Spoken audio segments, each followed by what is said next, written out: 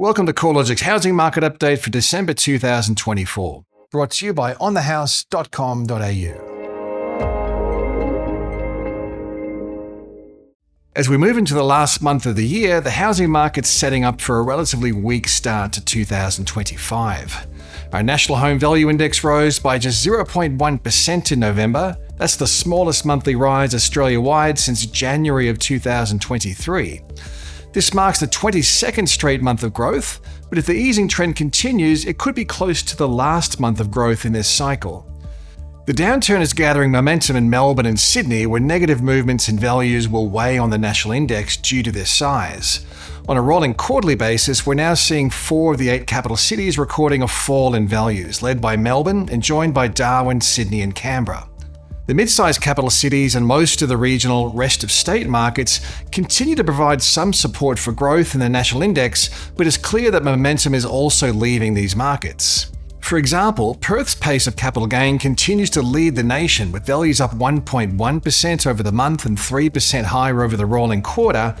However, this was the softest rise over a rolling 3-month period since April of 2023, and it's less than half the rate of growth recorded through the June quarter at 6.7%. Similarly, Brisbane's quarterly rate of growth has eased back to 1.8%. That's the slowest pace of gain since March of 2023, while Adelaide's 2.8% rise in values over the past 3 months was the smallest outcome since June of 2023. Outside of the capitals, the regional housing trends have been a little stronger, with a combined regional index rising 1.1% over the past 3 months, compared with a 0.3% lift across the combined capitals. That being said, like the capital city trends, there's a significant level of diversity, with regional Victoria weighing on the headline numbers, down 0.9% over the rolling quarter, while every other rest of state region continued to record a mild rise, led by regional WA, up 3.3%. Weaker housing conditions have been accompanied by an increased level of supply, with vendor activity lifting through spring. Based on the volume of houses and units advertised for sale over the 4 weeks ending November 24th, capital city listings are up 16% since the end of winter, with Perth up 33% and Adelaide up 25%, recording the largest lift in advertised stock levels through the spring season, albeit from an extremely low base. Despite the substantial rise in advertised stock levels, total listings remain well below average in these cities. Sydney and Melbourne listings are now tracking 10.4% and 9.1% above their previous respective 5-year averages, to be at their highest level for this time of the year since 2018. At the same time, purchasing activity looks to be winding down. CoreLogic's estimate of capital city home sales over the past 3 months is 4.6% lower than a year ago and 2% below the previous 5-year average. The largest drop in the volume of home sales has been in Sydney, where sales over the rolling quarter were estimated to be 15.4% lower than a year ago and 15.1% below the previous 5-year average. With more available supply and less purchasing activity, selling conditions have deteriorated through spring, meaning buyers are firmly back in the driver's seat. The combined capital cities auction clearance rate has held below the 60% mark since mid-October, and median selling times are trending higher for private treaty sales. On the rental market, CoreLogic's National Rental Index has continued a relatively flat run of growth, rising by just 0.2% in November to be 5.3% higher over the past 12 months. This annual change in national rents was the smallest since April of 2021. A year ago, rents were increasing at the annual rate of 8.1% and by more than 9% over the prior 2 years. But at 5.3% annual growth, rents are still rising at more than twice the pre-pandemic decade average of 2%. But given weak monthly change, the annual trend is set to slow further from here. Rental appreciation is slowing across most markets due to a combination of lower population growth, especially with less net overseas migration, but also a gradual recovery in the average household size, which is helping to moderate rental demand. With values flattening in September and falling in October and November by 0.2%, it looks like Sydney's housing cycle has turned. The 2 consecutive months of decline follow a 16% rise in values since the cycle commenced in February last year. Sydney houses are driving the weaker outcome, with values down 0.8% over the past 3 months, compared with a 0.4% rise in unit values over the same period.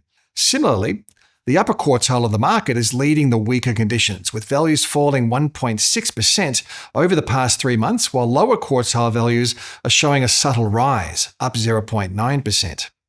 In terms of the outlook for housing markets, this has arguably deteriorated over the past month, with core inflation holding high, labour markets remaining tight, and the chances of a rate cut early next year becoming less likely, not to mention the rising geopolitical risk. The October inflation indicator came in at a healthy 2.1% for October. That's well inside the RBA's 2 to 3% target range. But we know the RBA will be looking through the headline results and focusing on the core inflation outcome. Unfortunately, the trimmed mean moved in the wrong direction in October, nudging higher to 3.5% from 3.2% a month earlier. While the monthly inflation indicator doesn't provide a complete read on CPI, it's a reminder that the last mile of getting inflation sustainably within target remains a challenge. Financial markets are pricing in a rate cut around the middle of next year, while economists from the Big Four banks are expecting rates to drop sometime between February and May. Until interest rates come down, it's hard to see the weakening housing trend turning around.